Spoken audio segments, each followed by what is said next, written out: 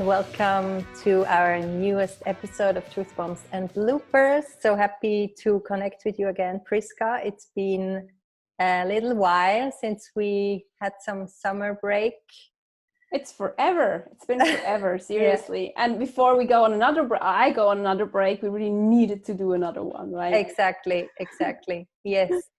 Yeah, it's so good to see you again. It's really hot right now and sweaty, and we try to keep our heads cool. Maybe this episode will be full of bloopers because we're so gaga.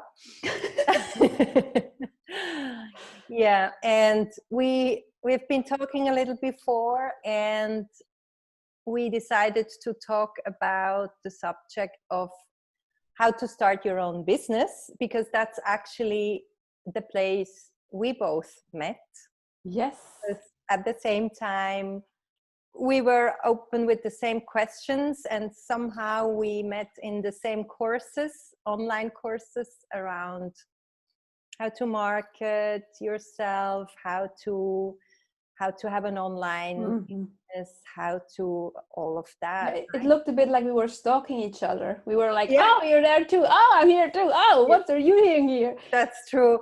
I think once you are in these circles, yes, you meet everybody everywhere. Yes. And I remember Laura Hollick was somebody I was following for quite a while. She's like this artist woman who has also an online business.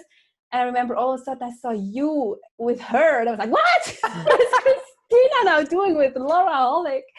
And really? That's when I was in Canada with her. This was when you were in Canada, and I was like, what the heck is she now doing there? And it's so funny because we didn't meet for a very long time in real life, right? We had this online friendship, and somehow we always wanted to meet, and it never really worked out. And then one of your daughters was sick, and like there was constantly something happening. But I remember that, and I was like almost falling off my chair when I saw you there in one of Laura Hollick's. Oh, that's so funny. Soul art courses. Yeah. It's so interesting how the online appearance, you can have such a different view of someone.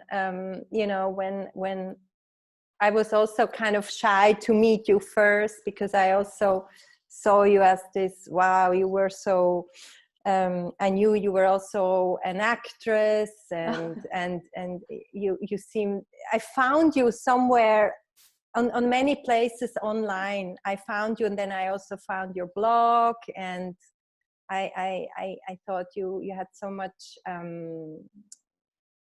authentic power, and that's what I was really looking for. And I thought, and she's from Switzerland. That was so cool. And nobody around here was ever thinking about having an online business in like 2011. Yes, I was a complete alien. And yes. That's true. And it's so funny. Yeah, as you said, like also I was super intimidated by you. I was like, oh my goodness, she's this dancer, and you had all these badass profile pictures, and I was like, oh my God. And I was so like, I really was intimidated meeting you. But then like after 5 minutes, I think this was all from absolutely. Yeah. They were like, flop, this is it. Exactly. Is it. My long lost soul sister. Yes. Finally someone who thinks the same. Yeah. So going back, I think also you started to think about entrepreneurship and being your own boss from a very early age, right? Absolutely. Yeah. Like, of course, first I just wanted to be an actress. So of course you're self-employed in some way. And when I was an actress, I actually would have gotten a contract with somebody, with an agent, who kind of pimps you to the places, to the TV shows or whatever. But I couldn't sign that contract because I felt like I cannot be, dependent on another person. I don't want to be just, going into these strange series that I don't want to play in, just that he also gets his cash. I just didn't want to do it. And I think this is also when I realized how much my freedom really, really means to me, and how much of autonomy I really wanted in my life. Yes. So, I found out quite early without really knowing. But after, like, the acting was not really my fit anymore, or I felt like it was just not it. This is when I knew, okay, like I cannot work in a job. I just want to be my own boss. I want to change the world. I think this is where it started. Like I wanted to change the world, and I realized you cannot change the world by working for a boss. Absolutely. It was very similar for me too. I already realized during school time, when I was training in London, that whenever we had auditions, it just felt wrong for me. I felt like, you know, I wasn't so, I wanted actually to be the one who creates and not really do the parts that someone creates on me. I wasn't so much interested in that. So I did get, right after my school in London finished, I had a contract with a choreographer, which I really, really loved, but then she got a back injury. Oh. And I had to come back, and I went to some auditions here, and I just realized it's just not, I want to create, and that has always been there so strongly, and much more than dancing the work of others. Yes. Like you wanted to be more a creator than just a dancer. It was for me, it was always about the creative act. Whether that's with other people or on myself, or and that I realized that even now, you know, when I cannot create after like 2 weeks of holiday, I get so restless. I get almost depressed because I feel like I have this constipation, this creative constipation. And you know, you get all these outside impressions, and that's so much beauty, but then I have to do something with it.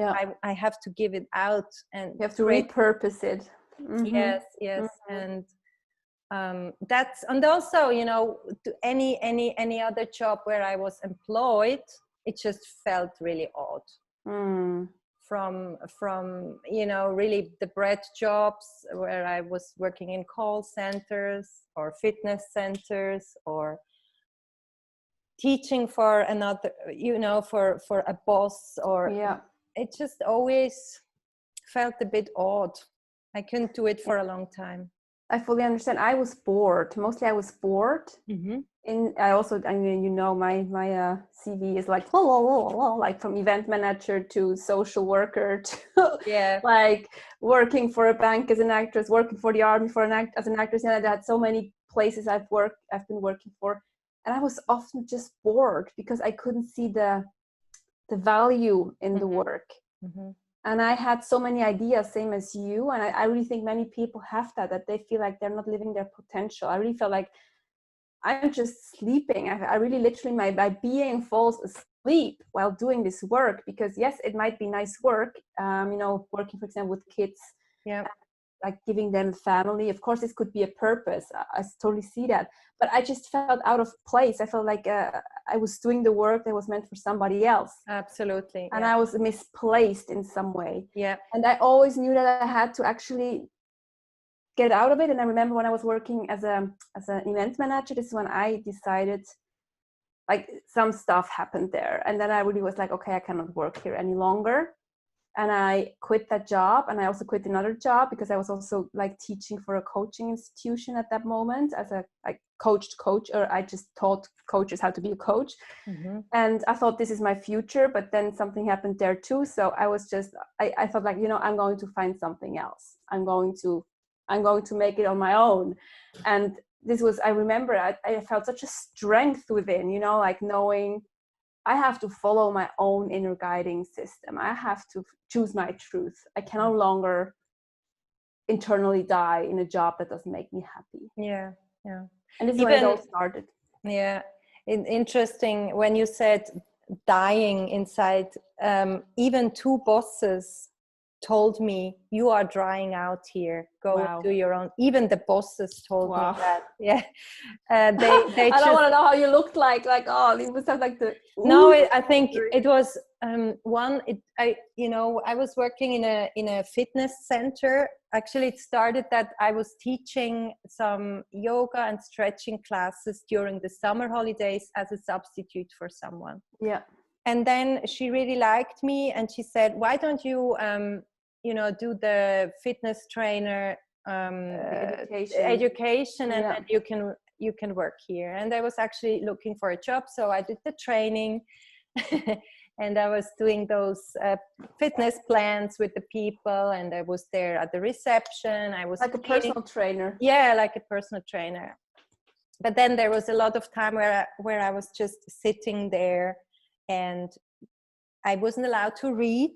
So I was basically sitting at the reception, staring at the clients and hoping that these 5 hours It's hell. God. Yeah. It's just hell. I know how it feels. And then whenever there was a creative job, for instance, during Christmas time, she wanted me to do nice windows and decorate the windows and paint something on the windows, or when we had to create some card for the clients and stuff like that, I was like, oh yes, and you're blooming. Yeah.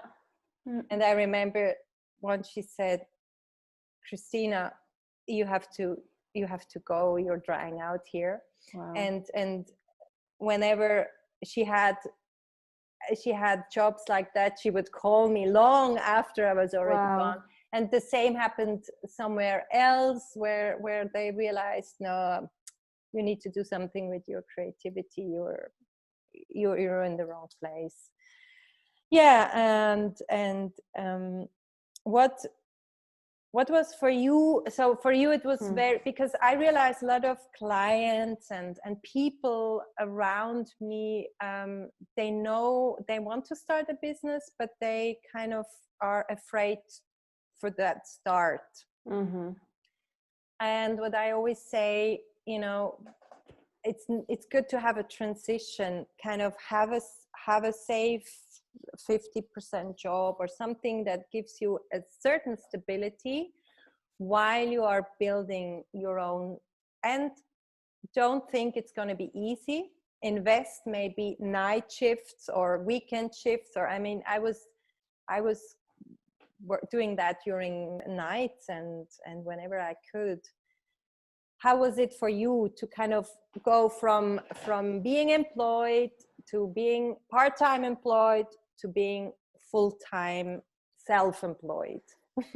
Like, that's interesting question, because I see it a bit like really in steps, some kind of way. Like as you said, like in the beginning, I had a job next to it. As you said, like this kind of having this safety net as well. And all of a sudden, this is what I just said. All of a sudden, my safety net was gone, because and then I was for a while, and of course, this is because I was in Switzerland and I had this privilege. I got how do you say that, social assistance money for a while, because I really was not seeing that coming, that I wouldn't find anything.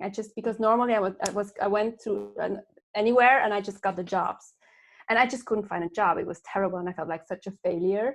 But I was also then teaching Swiss I had like 4 or 5 jobs, that they didn't have to pay me so much, because I didn't want that money. I felt like I don't want social, like this money. And I was like really working on my business very hard. And the funny thing is, now I know why I didn't find anything, because just like not even a year later, I met boss and I left my country. So I didn't there, and here in Holland, I found immediately a job. So I worked there for 80%, like it means 4 days a week, in a travel agency for Ireland. And this was really like, it was the worst.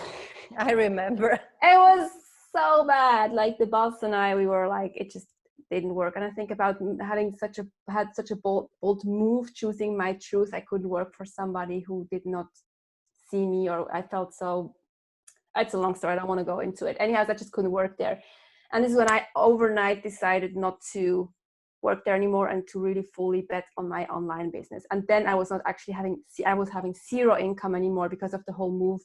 I didn't focus at all anymore on my online business. And before, I had actually in Bern, where I used to live, I had my like real life practice, you know, where I really welcomed people. You so mean I a was space, having, a real yes, space. a real space, real life Yep.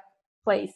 Mm. And so I started my online business a bit, but actually where my income back then in Bern still came from was actually from that real life space. Yep. So it was actually just a full leap of faith, you know, like, and I also realized I had to work on my self-worth, because I couldn't charge like 120 euros an hour anymore if I wanted to make a living on my own. So this is when I make programs for $2,000, like 2,000 euros per 6 weeks, you know. And I don't know why. I think the thing is this: you said about night shifts and hard hours. Yes, I worked a lot, but actually in the end, it went so easy. Yeah. Because I think that everything was aligned within me. I knew my worth. I knew that the shit I was teaching was working, because I lived it. I mean, I just left my country. You know, I was also teaching about inner empowerment, finding your inner hero, going for what you want. I literally left my whole life behind me, and I knew what I was teaching, and I was living it, and it worked, because where I was coming from and the brave woman I became, it's just two different personalities in some kind of way. So this is when I had the confidence to really go out with what I had. And yes, of course, it can be hard work sometimes, because you have to see things. I think the hard work is actually just not to give up, because there will always be phases when you feel like, oh my God, it's, you know, especially with technique, that's when I always get like on my boundaries, when technical stuff doesn't work or when I have to figure everything out. But in the end, everything is figure outable in these things. Marie Forleo, thank you for teaching us that. And I think this is what pulled me through. Like, I just Googled, YouTubed everything that I didn't know, learned everything about it, and just did it. Yeah, let's just make a break there, because there's like three very important points that you mentioned. First of all, it's that trust, and that's maybe more what I was referring to with hard work. Kind of so many people live in the expectation that life is supposed to be easy peasy in the hammock, and kind of things come to you, and we're not willing to go that extra mile, or to Google that extra video how to figure it out, or they're just, I don't know how it's working. Okay, I rather stay in my safety. And that's more what I'm referring to. You know, sometimes you need to take that leap of faith, just jump from the cliff and expect that the parachute will open, or kind of, you know, one door closes, 10 new ones open. 100%. And that's always how it worked for me. 100%. When I had the decision to leave something that was safe for something that I didn't know what's going to happen. Yeah. And the second thing you said was so important about the money story, the self-worth. I think everyone who starts to be their own brand has to work on their money story. 100%. And that was, I think, that's still something I'm working on, but that's like, I was afraid to ask for anything, for even the smallest amount of money. I sometimes felt how my whole face got red when I asked for the money. I think we all are working through these money stories, because in the end it's about self-worth, right? Yeah. And this is running so deep, and all the stories that we're having about money, and, you know, rich people are bad people, and, you know, money spoils, or, you know, like there's so many stories about money. And when we don't, like, then comes the imposter syndrome, then we think, who are we to ask money for this? And, you know, there are so many others that are so much better than we are. And of course, everybody, I think really every entrepreneur has that in some way or the other, and they just have to go through that. And I think you will always attract those clients who are on the vibration where you are with your own self-worth. 100%. If you believe your work is not that value, you will attract those people and they will not pay you more than that. It's 100%. And the funny thing is this, Christina, I think you have the same experience. Since I'm charging more money for my stuff, people are getting such bigger results. Crazy. It's like, because they're so much more invested, they really do the work, they see their own responsibility in the things, you know. Yeah, it's amazing. And I have not become a better coach, you know. I'm still, of course I have become a better coach, but then, you know, from the switch from one day to the other, it's not like that I overnight was just, oh my God, I'm now a 5-figure coach, you know. No, it was just, I switched my belief, and I just realized that I was worthy that money, and that the people also were worthy of these results. And I think, especially a tip for maybe people are thinking about or having an issue with that, it's about really figuring out what is the worth that people are getting when they can live that, what you have, you know. Yeah. Because what is freedom worth? What is love worth?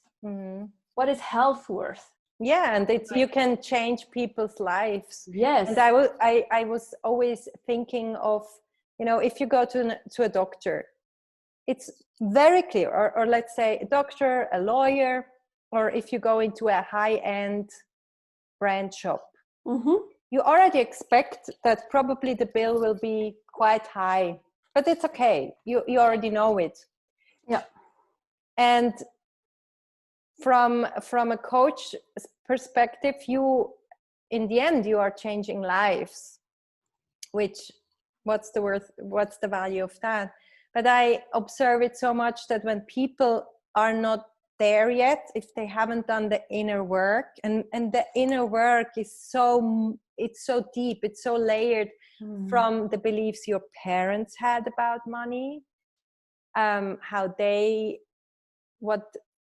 your childhood was, what's the energy of money for you? Is it something you're scared of, or you always kind of, there is so much deep rooted energy around money, and you can sell your work for a very high-end price, but if that subconscious mind is still in those low self-worth patterns, nobody will buy it. It's exactly how it is. Yeah. And I've experienced that on my own. Oh yeah. You know, when I wanted to raise my prices, and it just didn't fit with where I was and my own belief in my work. Yeah, it's really a journey, right? It is a journey. And just for you, when you became self-employed, what do you think were the most important things that you would also want to give away for others watching this? I think visibility, working with visibility, being scared to go out and be seen. That was something, whether it was through my art or just to talk into a camera, even to make my face visible was still something I'm working on constantly. I'm more the type of person who would like to hide if I could. Yeah. So and people need to see. I never had problems when I was teaching and being live with people in a room. I didn't have that. I had that more for my online services. Yeah. And then the other thing is, like, really sometimes just risking, or for me it's not risking, it's more like the belief in life that if it's meant to work, then it will work. Yeah. For me, the emotional freedom or emotional safety is so much more worth than having the financial safety and working for someone else. Beautifully put. Emotional safety. Yeah, because when you are so annoyed every day, and I've been there, when you don't want to go to that workplace, when everything closes inside of you, and you just feel like you're such in a wrong place. That's emotional disaster. That's exactly what you said in the beginning. That's like dying in the inside. Yeah. And 100%. and that's also a safety, that's also a worth.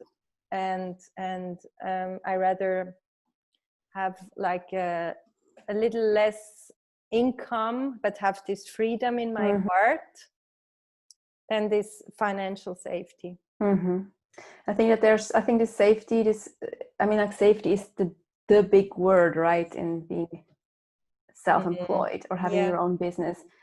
And I think it's really about the art, finding safety in the unknown, finding safety within yourself, finding safety in trust of life, and knowing that everything will be okay. Yes. And this is why I really wholeheartedly believe, next to relationships, because I'm a relationship expert, but I really think that next to relationships, having a business is one of the biggest spiritual practices that we can have. Absolutely. To truly trust, to surrender, to walk that path, knowing that you will always be caught. That's beautiful. Yes. And you have to be so connected with your soul. Otherwise you cannot really attract your tribe and your customers if you're not yourself. 100%. You cannot hide. 100%. And I think for me the biggest challenge in that, and maybe to give hope or to give a reminder, is that it's really the little baby steps we do each day that will over time create big success, mastery, and maybe after a lifetime a genius in the field or the talent that you are. And sometimes, then the comparison comes in, and we look at people who are already there where we want to be, and it's just too overwhelming to look that big leap, and how am I ever going to get there? But it's like these people have done so much work and put in so much passion and love and devotion, and falling and getting up again, and falling and getting up again, and doing the work and going the extra mile, that they're there now. And 100%. And for some people that's for a very young age. Maybe they get there young, and maybe they have other challenges in their life, and for other people maybe that's only when they're 60. Yes, 100%. Yeah.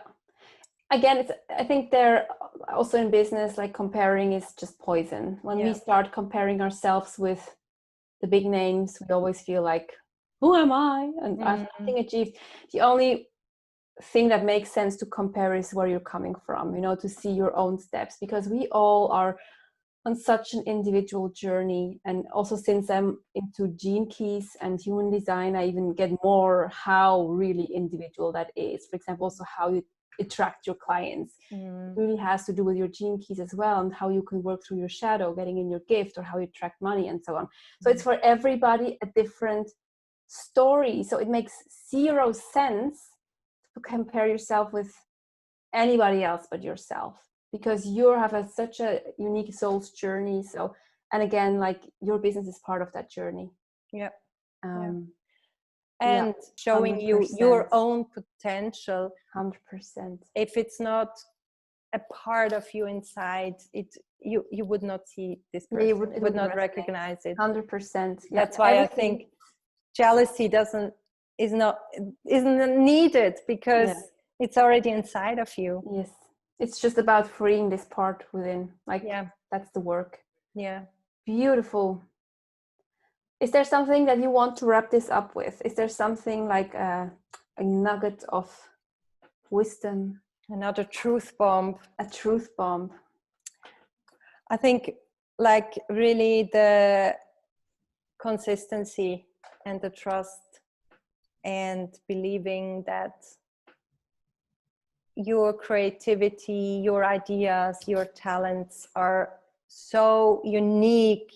No one in this world has made the same experiences, has the same cluster of education, has made the same mistakes, and like no one is, there's only one Priska. And Christina. Yes. Beautiful. So for everyone who has more questions around starting your own business, and I don't know if you are more concentrated on the relationship part now, right? Because, yeah, like, of course, it's always self-empowerment is, you cannot take self-empowerment out of myself. And of course, there's a lot of, we also have, like, all of a sudden in our business, in our relationship coachings, they ask stuff about business because it's also related. It's about also in the end, it's about the relationship you have with yourself. Yeah, absolutely. Yeah. Because I still, I'm opening up some new coaching spaces in the fall again. So yay! I'm always guiding people through that first fear of starting something, and that's always so the most beautiful thing when they suddenly have a business. Yeah, it's amazing. It's like the manifestation, right? Yes, it's like the physical manifestation. And I can wholeheartedly recommend like working with Christina, because I really think you have this incredible ability to really see people and to really see, because it's not just, you know, the normal business coach. It's about really seeing all these layers, and it's about the inner work that you're doing, and on a spiritual level, on a physical level, on a mental level, on an emotional level, and all this holistic approach that you're having. I think this is just amazing. Thank you so much. I'm so grateful to have you in my life, and you have helped me do so much of my own personal stuff. So have you. We wouldn't be here, I think, without each other. That's true. We wouldn't be here without each other, 100%. Yes. So anyone who's interested, I'm opening up some new coaching spaces, and you find me on ChristinaSegedi.com or on my social feeds. Yes, just if it resonates, just connect with me. Yes. And yeah, is there something you wanted to draw the finish line with?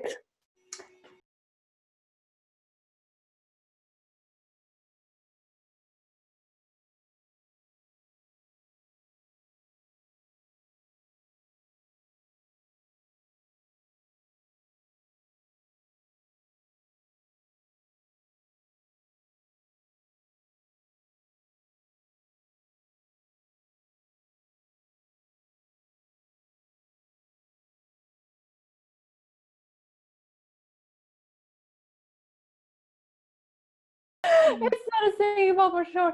No, I really think everything important is, of course, there's so much more I could say also about energy work, and about, you know, also in the end it's all about how your energy is aligned. But I think we just have to open up a new vessel for all of that, because it's just a whole new of course. And I already heard my pling-a-ling-a-ling, so my coachee is coming up in 15 minutes, so I think we have to, without a singing bowl. Just beautiful. Thank you very much for another inspiring conversation. I hope you get some nuggets, truth bombs out of this, and of course the bloopers will follow.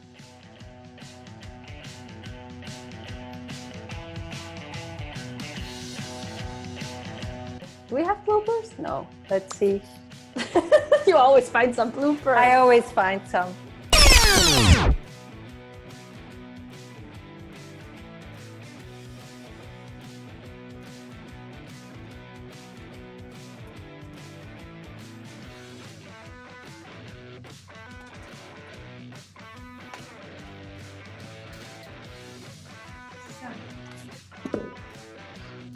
Ich muss so bleiben hocken. Die Wand klingelt.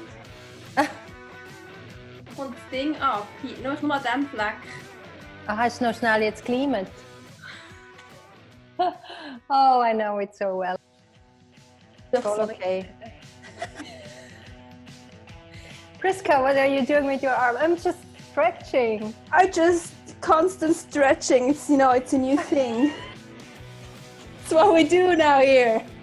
It's in Holland. Everybody does it. Ich hocke hier halb nackt. Ich hoffe, das ist Ich weiß, I'm smelting here. Jetzt ist krass. Ah, it's getting hot in here. I am so hot and cool. So hot and Oh, it's so hot in here. Have a wonderful rest of your day. Bye. Bye bye.